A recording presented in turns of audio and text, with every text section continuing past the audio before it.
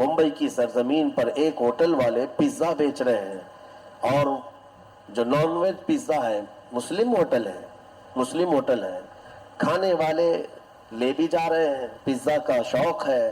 بعد میں پتا چلا کہ ہوٹل کا مالک خنزیر کا گوشت بیچتا ہے، اس پیزے میں پورک بیچا جاتا ہے۔ باضابطہ اس سے کسی نے فون کر کے پوچھا بھی کہ صاحب آپ تو مسلمان ہیں، آپ یہ سور کا گوشت کیسے بیچ رہے ہیں اس پیزا میں؟ اس نے کہا جسے کھانا ہے وہ کھائے، میں جو نہیں کھانے والے ان کو نہیں بیچ رہا ہوں، ہمارے پاس کھانے والے بہت سارے آتے ہیں، ان کے لیے میں بیچ رہا ہوں۔ نعوذ باللہ من ذالک، یہ زبان کی شہوت ہے۔ اسی لیے میرے عزیزوں، آج جو پھیلی ہوئی ساری چیزیں جو مل جاتی ہیں، کتنے ایسے ہیں وہاں پر، ہم نے معلومات کیا، اپنے بچے بتاتے ہیں کہ بہت سارے جو چھوٹے موٹے نکڑ پہ ہوٹل چلانے والے جو چکن بیچتے ہیں، مری ہوئی مرغیوں کا بیچتے ہیں، اور باضابطہ کچھ ہوٹل والے یا جو نکڑ پہ چلانے والے لوگ ہیں وہ دوسروں کو یہ ٹک بھی دیتے ہیں کہ میاں اس طرح کا گوشت لاؤ، پروڑے گا، بہت آسان ہے، بہت سستے میں ہو جائے گا۔ مری ہوئی مرغی 20 روپے کلو مل جاتی ہے، 20 روپے کلو مل جاتی ہے۔ جو چکن بیچتے ہیں دکانوں والے، وہ خود بھی بتاتے ہیں ہمارے پاس باضابطہ یہ پوچھنے کے لیے آتے ہیں مری ہوئی کچھ ہے تمہارے پاس؟ انسان کو چٹ لگ جائے کسی چیز کے کھانے کی تو پھر اب وہ یہ نہیں دیکھتا کہ یہ جو چیز میرے پاس کھانے کی آ رہی ہے وہ چوری کی ہے، حلال ہے یا حرام ہے۔ میاں گوشت کھانے کی خواہش ہو گئی تو یہ تحقیق کرنا بھی چھوڑ دیا، آخر یہ ذبح کیا ہوا ہے یا مرا ہوا ہے، کچھ پتہ نہیں۔ میرے عزیزو، یہ تمام چیزیں ایسی ہیں کہ ہم احتیاط کریں، اور زبان کی شہوت ان سب حرام چیزوں میں لگا دیتی۔ امام اعظم ابو حنیفہ رضی اللہ تعالیٰ عنہ کے چھوٹے بیٹے جب وہ قرآن پڑھ رہے تھے تو ایک قاری صاحب کے پاس لگایا انہوں نے، جیسے آپ بھی اپنے بچوں کو پڑھنے کے لیے مدرسے بھیجتے ہیں، تو سننے میں یہ آیا کہ امام اعظم کے بیٹے کو ایک قاری صاحب نے ناظرہ قرآن پڑھایا۔ قرآن جب مکمل ہوا تو ہدیہ ہوتا ہے، ختم قرآن ہوتا ہے، بچوں کے لیے بھی خوشی کا دن، استاد کے لیے بھی خوشی کا دن۔ آپ کے ہاں بھی یہ رواج ہے اور ہر جگہ ہے تقریباً، قرآن ختم ہوتا ہے تو گھر والے استاد کو بھی کچھ نذرانہ دے دیتے ہیں اور بچے کو بھی اس دن کچھ خوشیوں کے تحفے دیے جاتے ہیں۔ تو جب امام اعظم کے بیٹے کا ختم قرآن مکمل ہوا ناظرہ، تو استاد نے، قاری صاحب نے جو پڑھایا تھا، امام اعظم نے خوش ہو کر قاری صاحب کو جو نذرانہ بھیجا وہ کتنا تھا؟ 4 لاکھ درہم تھا۔ 4 لاکھ درہم انہوں نے بطور ہدیہ قاری صاحب کو بھیجا۔ جب ان کے پاس وہ ہدیہ پہنچا تو انہوں نے دیکھا اور کہا کہ یہ کس چیز کا ہے؟ کہا آپ نے امام اعظم کے بیٹے کو قرآن پڑھایا ہے، ہدیتاً آپ کو دیا گیا۔ کہا میں نے تو صرف ناظرہ پڑھایا ہے، اس پر اتنا زیادہ پیسہ؟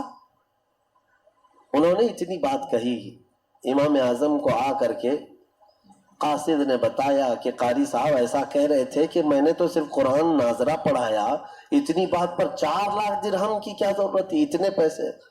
امام اعظم نے سنا اور اس کے بعد اپنے بیٹے کو بلایا اور کہا بیٹا کل سے تو اس استاد کے پاس قرآن نہیں پڑھے گا، وہ قرآن پڑھانے کے لائق نہیں ہے۔ کہا کیوں؟ کہا جو بندہ دنیاوی مال کو اللہ کے کلام سے زیادہ سمجھتا ہے، میں اس کے پاس اپنے بیٹے کو کیسے پڑھاؤں؟ میں نے قرآن عظیم کے ختم قرآن کے یا پورے ہدیے کے کیا نظر کیے، بلکہ ایک آیت کی بھی اجرت کوئی دنیا میں نہیں دے سکتا، قرآن عظیم کی ایک آیت کا بھی معاوضہ کوئی دے نہیں سکتا، یہ کلام الہی ہے۔ ہاں بہرحال نظر ہدیہ یہ قبول کرنا جائز ہے، سنت ہے، لیکن مطالبہ کرنا یہ جائز نہیں ہے۔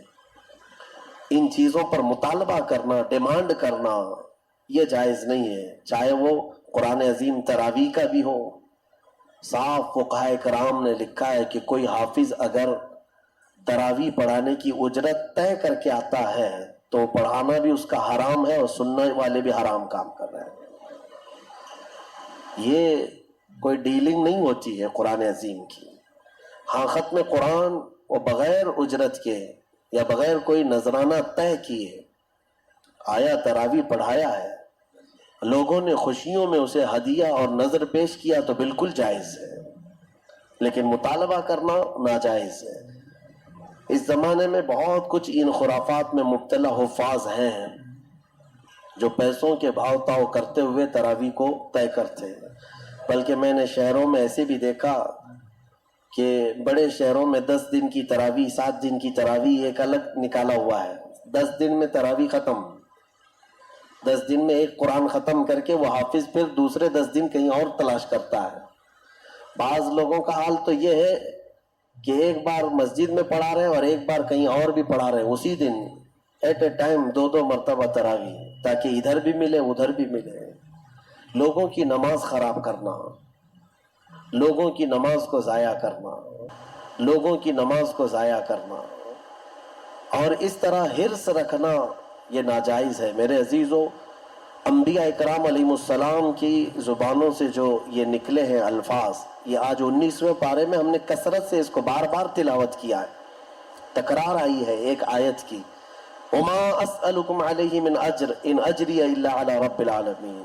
میں لوگوں تم سے اس بارے میں اجرت نہیں طلب کرتا، میری اجرت تو رب العالمین کے پاس ہے۔ یہ سارے نبیوں نے یہی کہا، چاہے وہ نوح علیہ السلام ہو، لوط علیہ السلام ہو، ہود علیہ السلام ہو، صالح علیہ السلام ہو، یہ شعیب علیہ السلام ہو، سبوں نے یہی کہا ہے۔